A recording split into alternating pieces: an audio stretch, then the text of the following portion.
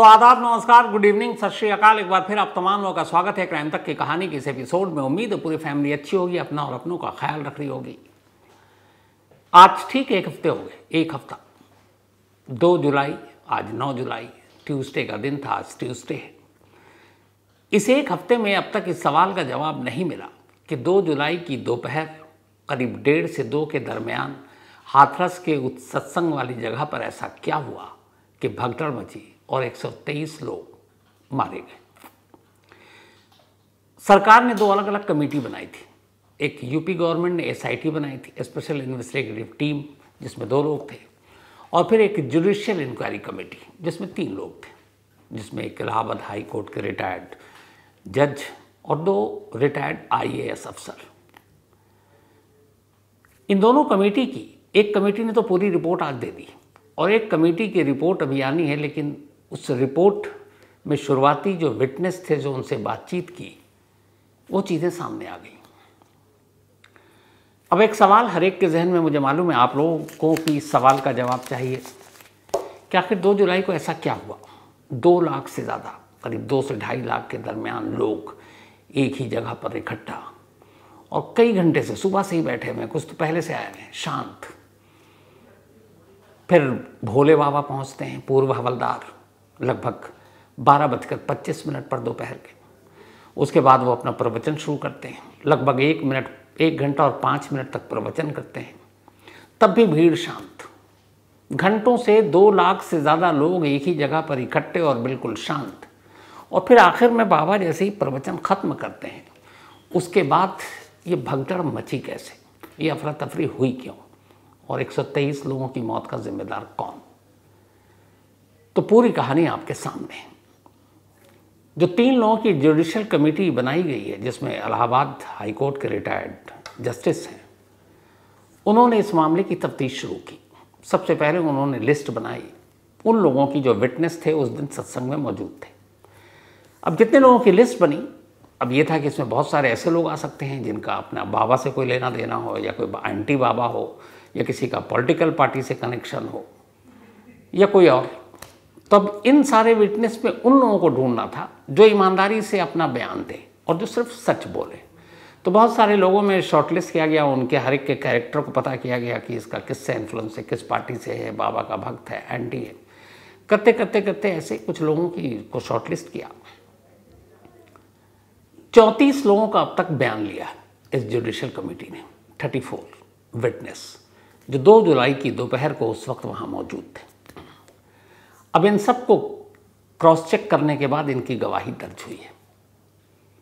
इन 34 में से 2 लोगों की सिर्फ आप गवाही सुनिएगा तो तस्वीर साफ हो जाएगी। इनमें से एक शख्स जो हाथरस का ही है और इस बाबा का भक्त भी, भोले बाबा का, तो वो वहाँ पहुँचा बाकायदा उस सत्संग की जगह पर, और बाबा के प्रवचन को पूरे ध्यान से सुन रहा है। उसके हिसाब से बाबा आए दोपहर 12:25 पर। 5 मिनट के बाद वो मंच से उन्होंने संबोधन शुरू किया, प्रवचन देना शुरू किया। लेकिन उस रोज़ बहुत तेज़ उमस वाली गर्मी थी और दोपहर का वक्त, 12 बजे सर पे आज सूरज होता है एकदम। उससे पहले बरसात हो चुकी थी, बारिश के बाद और ज़्यादा उमस हो जाती है क्योंकि बारिश भरपूर नहीं हुई। और फिर सामने लोगों का समंदर, मतलब जहाँ 80,000 होने चाहिए वहाँ उससे 3 गुना लोग ज़्यादा, 2 से 2.5 लाख के दरमियान। तेज़ उमस, गर्मी, सूरज, सामने लोगों का सैलाब। बाबा को एहसास हो गया था।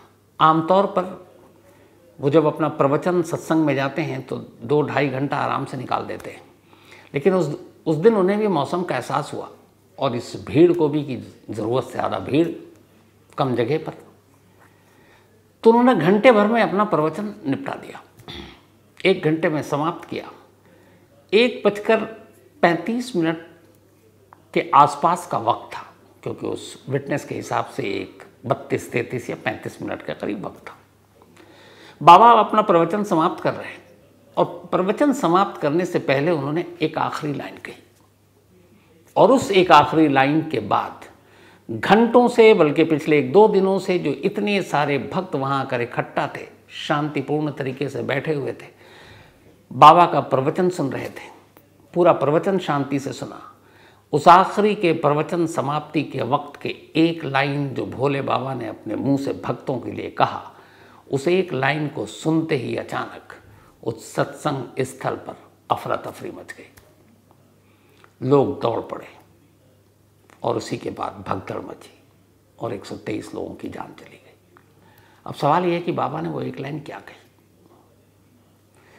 तो जब सत्संग खत्म हुआ और इस बात के सबूत हैं और इंक्वायरी कमेटी के सामने गवाहों की गवाही अब दर्ज हो गई है। सत्संग समाप्त होने के बाद बाबा ने मंच से अपने भक्तों को कहा कि अब सत्संग समाप्त, आप लोग अपने अपने घरों को लौट जाइए और अब आप में से जो भी चाहे मेरे चरणों की धूल ले सकता है। ये कहकर बाबा ने अपना प्रवचन समाप्त किया कि अब आप में से जो भी चाहे आप लोग घर जाएं, लेकिन जो भी चाहता है वो मेरे चरणों की धूल ले सकता है। इतना कहकर उन्होंने माइक छोड़ा, माइक से नीचे उतरे। अब उन्हें वहाँ से कुछ दूरी तक पैदल चलना है जहाँ पे उनकी गाड़ियों का काफिला खड़ा हुआ है। अब चरणों की धूल कहाँ से? चरणों में तो धूल है नहीं। तो चरणों की धूल का मतलब है बाबा जहाँ जहाँ कदम रखेंगे उन जगहों पर लोग उस जगह की मिट्टी को उठाएंगे और अपने माथे पर लगाएंगे या हाथ में लेंगे, मुट्ठी में रखेंगे। अब चरणों की गिनती कम है क्योंकि गाड़ी नज़दीक है और लोगों का सैलाब। हर शख्स बाबा के चरणों की धूल चाहता है और बाबा खुद ऐलान कर चुके हैं कि अब आप सब चरणों की धूल ले लें। वो एक तरह का उनके लिए प्रसाद था शायद। बाबा के इस ऐलान के बाद अचानक भगदड़ मची कि सबसे पहले कौन चरणों की धूल लेता है। लोगों को, भक्तों को ये भी पता था कि थोड़ी देर में बाबा गाड़ी में बैठ जाएंगे तो चरणों की धूल डायरेक्ट उनके हिस्से में नहीं आएगी, फिर क्या आएगी? इनडायरेक्ट। इनडायरेक्ट मतलब अब बाबा गाड़ी में है तो जिस कार में है उसके नीचे 4 पहिया है, तब वो पहिया गुजरेगी उस कच्ची सड़क से, तो जब पहिया गुजरेगी तो धूल उड़ेंगे और वही धूल को अब लोग बाबा के चरणों की धूल मान लेंगे, माथे पे लगा लेंगे, उनकी सारी परेशानी दूर हो जाएगी। तो बाबा के ऐलान के बाद जो सबसे आगे बैठी हुई भीड़ थी वो तो सबसे पहले पहुंच गई बाबा के पास। बाबा के सेवादारों ने उन्हें घेर लिया। अब बाबा आगे आगे उनके चरणों की धूल लूटने वालों की बीच में अफरा तफरी। इस कदर अफरा तफरी कि अब सेवादारों को भी मुश्किल हुई। उन्होंने किसी तरह से बाबा को वहाँ से निकाला और थोड़ी ही दूर पर गाड़ी का काफिला गाड़ी के काफिले में बिठा दिया। अब बाबा की गाड़ी चल पड़ी। कच्ची सड़क है लेकिन उस रास्ते में भी भक्त हैं, भक्त बेतहाशा थे। तो अब वहाँ पे भी गाड़ी की रफ्तार कम। जो लोग डायरेक्ट चरणों से धूल नहीं उठा पाए अब वो बाबा की गाड़ी के पीछे लपकते हैं। गाड़ी चल रही है। गाड़ी जब चल रही है तो उसके टायर के नीचे जो टायर के निशान थे, उस निशान की जो मिट्टी थी, लोग अब उस टायर के निशान की मिट्टी को उठाने के लिए लपके। और जो लोग दूर थे उस गाड़ी से जो उड़ती हुई धूल थी उसको हवा में यूँ पकड़ने की कोशिश करके कि इतनी ही धूल आ गई है, हमारी मन्नत पूरी हो गई, वो उसके लिए भी लपके।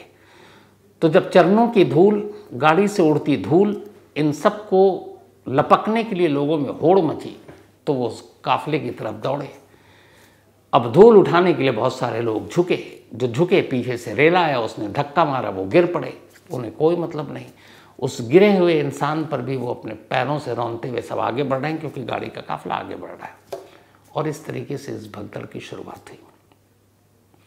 इस गवाह ने कमेटी के सामने कहा कि यह हादसा रोका जा सकता था और ये उसी वक्त रुक सकता था। सिर्फ 2 चीज़। पहले अगर बाबा ये ऐलान न करते अपने उसके सत्संग की समाप्ति पर कि अब मेरे चरणों की धूल आप ले सकते हो, तो भीड़ पीछे नहीं आती। दूसरा, अगर भीड़ आ भी गई तब भी रुक सकती थी क्योंकि बाबा ने जैसे ही कहा अचानक भीड़ खड़ी हो गई थी और वो बाबा की तरफ लपकने जा रही थी और बाबा ने देख लिया था, उन्हें एहसास हो गया था कि अब ये भीड़ भागेगी। और उस वक्त तक उनके पास माइक करीब था। उस चश्मदीद के मुताबिक अगर बाबा ने उस मंज़र को देखकर फ़ौरन दोबारा माइक पकड़ते और कहते कि आप सब अपनी अपनी जगह बैठ जाएं, मैं यहीं, तो भीड़ लपकती नहीं। तो 2 चीज़ें, या तो बाबा ऐलान नहीं करते कि चरणों की धूल ले लो, जिसकी वजह से उन्होंने एक तरह से इनवाइट किया, दावत दी, भक्तों को न्योता दिया और वो आ गए। और दूसरा, उन्होंने देखा उसके बावजूद वो रुके नहीं। अगर बाबा एक बार एलानिया माइक पर, लाउड स्पीकर पर अपने भक्तों से अपील कर देते तो भक्त शांत हो जाते, बट बाबा ने नहीं किया। उन्होंने चरणों की धूल का ऑफर देने के बाद गाड़ी में बैठे और वो भीड़ धूल के पीछे पीछे और एक दूसरे को कुचलते हुए निकल गई। ये थी उस हादसे की वजह। एक दूसरे चश्मदीद ने इसी जुडिशियल कमेटी के सामने अपना बयान दर्ज किया। उसने कहा उस पूरे पंडाल में सेवादारों की ही ड्यूटी लगी हुई थी सुरक्षा को लेकर। जो पुलिस वाले थे वो या तो भक्त थे या तमाशबीन थे। उसके बाद जब ये हादसा हुआ तो भक्तों को रोकने के लिए सेवादारों ने उनके साथ धक्का मुक्की करनी शुरू कर दी। अब लेकिन उनकी भीड़ ज़्यादा और सेवादारों की कम। सेवादार को भी लगा कि क्या होगा, तो अब बाबा गाड़ी में बैठ गए। सेवादार गाड़ी के चारों तरफ, अब जो भी उस धूल को पाने के लिए गाड़ी के इर्द गिर्द जा रहा है, सेवादार उसे धक्का दे रहे हैं। और उसी धक्का मुक्की में बहुत सारे लोग वो जो पगडंडी से गुजर रहे थे बराबर में खेत में गिरने लगे, और उसके ऊपर दूसरे गिरने लगे, फिर तीसरा, चौथा, पांचवा। और इस तरीके से चरणों के धूल के चक्कर में, चरणों से रौंदे जाने के बाद लोग मरने लगे। तो दूसरे चश्मदीद के हिसाब से पूरे पंडाल, पूरे सत्संग के स्थल पर सुरक्षा का कोई इंतज़ाम नहीं था। सेवादारों ने भक्तों के साथ बुरा सलूक किया और पुलिस तमाशाई बनी खड़ी थी। पुलिस को एहसास भी नहीं था कि इतना बड़ा हादसा होगा। ये 2 बयान आए। अब इसके बाद इसी कमेटी ने जो 3 लोगों की है, पुलिस की क्या गलती, प्रशासन की क्या गलती, इसकी पूरी जांच की। अस्पताल जहाँ पे घायलों को ले जाया गया और मुर्दों को ले जाया गया, क्या वो अस्पताल उस वक्त वहाँ डॉक्टर और इलाज के लिए ज़रूरी सहूलियत थी, वो भी गायब। तो कमेटी के पास अभी अपना वक्त है, वो अपनी रिपोर्ट फाइनल करेंगे, फिर सरकार को देंगे। तो ये तो आपको 34 विटनेस में से सिर्फ 2 के ज़रिए आपको बता दिया कि ये जो सवाल था ना कि भगदड़ मची कैसे, असल में इसका गुनहगार नंबर 1 भोले बाबा ही था। अगर वो माइक से ऐलान न करता तो नहीं होता। लेकिन अब आइए कहानी का दूसरा पहलू। इस इंक्वायरी कमेटी और विटनेस और गवाही के बाद तो आपको कहानी समझ में आ गई, लेकिन अब दूसरा पहलू सुनिए, उसके बाद फैसला कीजिएगा। आप भी सोचिएगा, आप भी हैरान होंगे। अब एक दूसरी इंक्वायरी कमेटी बैठाई थी यूपी सरकार ने, उसका नाम है SIT की टीम, स्पेशल इन्वेस्टिगेटिव टीम। 2 लोगों की थी। इन्होंने अपनी इंक्वायरी की और आज यूपी गवर्नमेंट को अपनी रिपोर्ट दे दी। गजब रिपोर्ट है इनकी। उस रिपोर्ट के हिसाब से इस पूरे भगदड़ के लिए बाबा के सेवादार जिम्मेदार थे। उन्होंने ऑर्गेनाइज ढंग से नहीं किया। दूसरा, जगह कम थी, लोग ज़्यादा थे, तो इंतज़ाम ठीक से हो ही नहीं सकता था। तीसरा, पुलिस प्रशासन ने भी यहाँ पे लापरवाही बरती, उन्होंने ज़रूरी इंतज़ाम नहीं किए। तो चाहे पुलिस के अफसर हों या सरकार के अफसर हों, वो भी इसके लिए गुनहगार हैं। चौथा, जो मुख्य सेवादार जिसको गिरफ्तार कर लिया गया है, उसने पुलिस प्रशासन से झूठ बोलकर ये ली कि इतने लोग आएंगे, उससे ज़्यादा आ गए। पाँचवा, जो प्रशासन की जिम्मेदारी थी वहाँ पर बेसिक इंतज़ाम करना, इतनी बड़ी भीड़ के लिए ट्रैफिक, पानी, एम्बुलेंस, वो इंतज़ाम नहीं था। ये सारी चीज़ें की और सबसे ज़रूरी, इस SIT की टीम ने अपनी जांच में पुलिस और प्रशासन के लोगों को जिम्मेदार पाया और उसके साथ ही उन्होंने 6 पुलिस और गवर्नमेंट ऑफिशियल को सस्पेंड कर दिया। 6 उनकी रिकमेंडेशन पे सरकार ने किया। अब 6 कौन कौन है? एक वही SDM है इसी सिकंदरा राव गांव के, जिस SDM की मैंने आपको पहली जो रिपोर्ट अपने DM को भेजी थी, वो आपको मैंने पिछली कहानी में बताया था। तो वो सिकंदरा राव के SDM ने कहा था कि मैं खुद उस जगह मौजूद था उस दिन सत्संग में। तो उनके ऊपर पहली गाज गिरी कि आपने कुछ नहीं किया, तो SDM साहब नप गए। दूसरे जो हैं SDM के अलावा सर्किल अफसर, जो इंस्पेक्टर वहाँ का मेन पुलिस अफसर, पूरे सर्किल का जो इंचार्ज, उस यूपी पुलिस के अफसर को निपटा लिया गया। तीसरे जो है वहाँ के, इस जहाँ पे ये फंक्शन हुआ जो सत्संग, वहाँ 2 पुलिस चौकी लगती है, उन दोनों चौकी के दोनों चौकी इंचार्ज को सस्पेंड कर दिया गया। इस इलाके के तहसीलदार को सस्पेंड कर दिया गया। इस इलाके का जो पुलिस स्टेशन लगता है उसके थाना अध्यक्ष यानी SHO स्टेशन हाउस ऑफिसर जो है, उसको सस्पेंड कर दिया गया। कुल 6 लोगों को सस्पेंड किया गया। सेवादारों को जिम्मेदार ठहराया गया, गवर्नमेंट ऑफिशियल को कुछ और जिम्मेदार ठहराया गया और सरकार से कहा गया कि अब आप कार्रवाई कीजिए। लेकिन कमाल ये है कि SIT की इस पूरी रिपोर्ट में भोले बाबा का कोई जिक्र नहीं। और एक बड़ी अच्छी लाइन इस SIT की रिपोर्ट में है, उसी से आपको इशारा मिल जाएगा कि यह केस कहाँ जाएगा। 2 दिन पहले एपी सिंह को तो आप जानते ही हैं, अपने निर्भया केस से लेकर सीमा हैदर, सारे दुखियारों के पालनहार, सुप्रीम कोर्ट के वकील, तो वो भोले बाबा के वकील वही है। उन्होंने एक प्रेस कॉन्फ्रेंस की। एक प्रेस कॉन्फ्रेंस में करते करते उन्होंने एक वो उठाया स्प्रे, चाहे वो शायद रूम फ्रेशनर था या क्या था, और उन्होंने उसका डेमो दिया। और उन्होंने कहा कि उस दिन सत्संग के दौरान कुछ साजिश के तहत लोग भीड़ में शामिल हुए और उन्होंने ये जहरीला स्प्रे भक्तों पर मारा, और इस स्प्रे से लोगों को सांस लेने में दिक्कत होने लगी, और जब दिक्कत होने लगी तो वो बेहोश होने लगे, जब वो गिरे तो भगदड़ मच गई, फिर उसी में ये हादसा हो गया। ये उनका बयान था। और उन्होंने कहा, ये एपी सिंह ने, भोले बाबा की तरफ से, कि इस मामले में किसी की साजिश है। ये भगदड़ चरणों की धूल की वजह से नहीं हुई, जानबूझ के कुछ शरारती तत्वों ने वहाँ घुस कर ये भगदड़ करवाई। भोले बाबा 7 दिन हो गए सामने नहीं आए, बस एक बयान दिया उन्होंने एक न्यूज़ एजेंसी के थ्रू, वो इंटरव्यू भी नहीं, एक बयान है, और उन्होंने भी कहा है कि इसमें जो भी है वो बख्शा नहीं जाएगा, और साजिश की तरफ वो भी इशारा कर रहे हैं। तो वकील साहब ने साजिश का इशारा कर दिया, एपी सिंह ने, बाबा भी यही कह रहे हैं, भगदड़ और चरणों की धूल नहीं मान रहे हैं। और कमाल देखिए कि इस एसआईटी की जो रिपोर्ट है, जिसमें सरकारी अफसर, पुलिस प्रशासन, सेवादार, इन सबको जिम्मेदार माना गया, पर साथ में एक पॉइंट और कहा गया कि इस भगदड़ के पीछे किसी साजिश की बात से भी इनकार नहीं किया जा सकता। लेकिन जो सरकारी अफसर हैं, पुलिस वाले हैं, या हम जैसे क्राइम रिपोर्टर हैं, हमें इन लाइनों का मतलब पता है। एसआईटी की रिपोर्ट में सबको जिम्मेदार, कसूरवार साबित करते करते, और ये एक लाइन लिखना कि इस भगदड़ के पीछे साजिश से भी इनकार नहीं किया जा सकता है। एपी सिंह और बाबा ने जो कहा है, ये उसी लाइन पर मामला चला गया।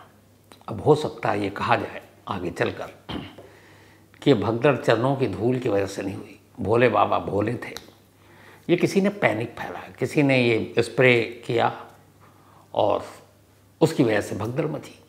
अब वो कौन लोग हैं, पकड़े जाएंगे, क्या होगा मालूम नहीं। लेकिन एक तरह से ये लाइन कहकर इस पूरे केस को कहीं और ले जाने की कोशिश और शुरुआत अभी से हो गई।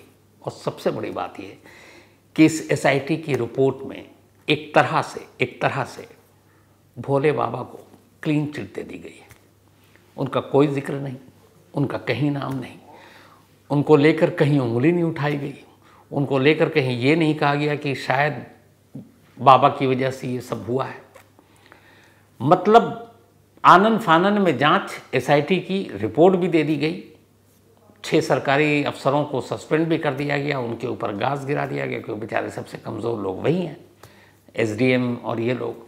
डीएम के खिलाफ भी कोई कार्रवाई नहीं हुई, बेचारा एसडीएम, वो जो सीओ, मतलब एसएसपी बच गए, वो चौकी इंचार्ज, थाना अध्यक्ष और आपके क्या कहते हैं तहसीलदार, इन लोगों को निपटा दिया गया, क्योंकि कुछ तो दिखाना है कि हमने एक्शन लिया है। बड़े बड़े लोग कहाँ हैं? और ये एसआईटी की रिपोर्ट, जिसमें हिम्मत ही नहीं हुई कि कहीं पे भी ये कहें कि हाँ बाकी और पहलू पे भी आगे भी जांच होनी चाहिए, ये भी एसआईटी ने रिकमेंड किया है, पर ये नहीं कहा कि भोले बाबा के रोल की भी जांच होनी चाहिए। भोले बाबा का कोई जिक्र नहीं, एक तरह से क्लीन चिट। अब तक पिछले 2 जुलाई से आज 9 जुलाई तक की आप सिलसिलेवार कहानी उठा के देखिए, चाहे वो उसमें तमाम राजनीति हो रही है। अब कमाल देखिए, अक्रॉस द पार्टी, यही खूबसूरती है कि पहले होता था एक पार्टी दूसरे पार्टी का गिरबान पकड़ रही है, तुम्हारा तुम बचा रहे हो ना। वो चाहे मुख्यमंत्री योगी आदित्यनाथ या फिर उनके विपक्ष के सबसे बड़े नेता, उनके सामने इस वक्त यूपी में अखिलेश यादव हों, या फिर बहुजन समाजवादी पार्टी के नेता हों मायावती, या फिर कांग्रेस पार्टी हो, कोई भी किसी भी नेता की जुबान पर पिछले 7 दिनों से भोले बाबा का नाम एक बार भी नहीं आया। हर कोई कह रहा है कि ये गलती है, ये ऐसे हो गया, सरकार को भी घेर रहे हैं, सब कर रहे हैं बातें, लेकिन क्या मजाल जो एक भी बड़े नेता, बड़े क्या छोड़िए छोटे नेता की जुबान पर एक बार भोले बाबा का नाम आए। अब मैं भी इस बारे में बड़ा हैरान, कम से कम पुलिस वाले तो कहते हैं यार इतना दबाव है, चलो कम से कम उठा के पूछताछ तो कर लो। 7 दिन हो गए, अभी तक पूछताछ भी नहीं हुई है। जितने बड़े बड़े अफसर हैं एक बार भी नाम नहीं लिया। ये भी नहीं कहते हैं जब ज़रूरत होगी तो हम बुला के पूछताछ कर लेंगे। जो जुडिशल कमेटी है उनका भी जो बयान है जस्टिस साहब का कि ज़रूरत पड़ेगी तो हम बुलाएंगे, एसआईटी ने तो पूछताछ ही नहीं किया। और नाम किसी की ज़ुबान पर नहीं। अब इस नाम का रहस्य क्या है ऐसा? भोले बाबा में भी कोई नाम नहीं ले रहा, सब डर रहा है, बातें सब कर रहे हैं। और चाहे वो सरकार में हो या विपक्ष हो, कमाल की बात है नाम को लेकर सब एक है कि नाम नहीं लेना भोले बाबा का। जानते हैं वजह क्या है? वही हमारे देश में कास्ट और पॉलिटिक्स। बाबा जिस बिरादरी से आते हैं वहाँ एक बड़ा वोट बैंक, दलितों का वोट बैंक, और बाबा के भक्त एक बड़ी तादाद में हैं। तो अगर कोई नाम लेता है कोई पार्टी, तो चुनाव में उसका खामियाजा भुगतने का उन्हें डर है। इसीलिए कोई भी भोले बाबा का नाम लेकर उनकी बिरादरी के वोटर को नाराज नहीं करना चाहता। और इसके लिए 123 लोगों की जान गई, कोई फर्क नहीं पड़ता है, कुछ और लोगों को बलि का बकरा बना दो। अब तक इस मामले में 11 लोगों को यूपी पुलिस ने गिरफ्तार किया है, जिसमें मुख्य सेवादार जो 1 लाख का इनामी था उसने तो खैर खुद सरेंडर किया उसने, लेकिन उसके अलावा और 10 लोगों को, अब तक 11 लोगों को गिरफ्तार कर चुकी है पुलिस। केस का तमाशा कैसे बनता है वो आपको बताता हूँ। 11 लोगों को गिरफ्तार किया है, इनमें से 10 वो हैं जिनका नाम एफआईआर में है ही नहीं। तो 10 उन लोगों को पकड़ लिया है जिनका नाम एफआईआर में नहीं है, और जिनका नाम एफआईआर में लिखा ही नहीं गया है शुरू से, उनका भी नहीं लिखा गया, ना आगे लिखा जाएगा। तो कुछ चेले चपाटियों पे इधर उधर गाज गिर जाएगी, बाकी ख़त्म हो जाएगा। क्योंकि जिन लोगों को आवाज़ उठानी है, जिनको इंसाफ की बात करनी थी, चाहे वो सरकार हो या विपक्ष हो, उन सब के होंठ सिल जाते हैं जब बात भोले बाबा के नाम की आती है। तो ये थी आज की कहानी ख़त्म करूँ उससे पहले वही अपना सिलसिला। आज साहिब जीत सिंह जी का जन्मदिन है, तो हैप्पी बर्थडे साहिब जीत सिंह जी। और ये भेजा है करमजीत सिंह ने, करमजीत जी के बेटे हैं साहिब जीत। साथ ही आज दीप्ति मौर्य, इनकी सिस्टर इन लॉ का भी आज बर्थडे है। नाम इन्होंने भेजा नहीं, पर कोई बात नहीं, दीप्ति जी आप उनको विश कर दीजिएगा, अपनी सिस्टर इन लॉ को। साथ ही तानिया गुज्जर, इनका भी आज जन्मदिन है, हैप्पी बर्थडे तानिया। और ये भेजा है हंसराज गुज्जर और उद्दम गुज्जर ने। इसके अलावा आज सानिया बामनी और देवी सिंह भाटी, इन दोनों की मैरिज एनिवर्सरी है, तो आप दोनों को बहुत बहुत बधाई, सानिया जी और देवी जी। भेजा ओम प्रकाश स्वामी ने है। विपुल शुक्ला, इन्होंने कहानी की फरमाइश की। इसके अलावा Pramod Kumar, thank you so much. Tushar Ghauri, इन्होंने कहानी की फरमाइश की है। तो कहानी में आज इतना ही। अब आपसे मुलाकात होगी कल रात 9 बजे किसी नई कहानी के साथ। तब तक अपना और अपनों का ख्याल रखिएगा। Thank you very much.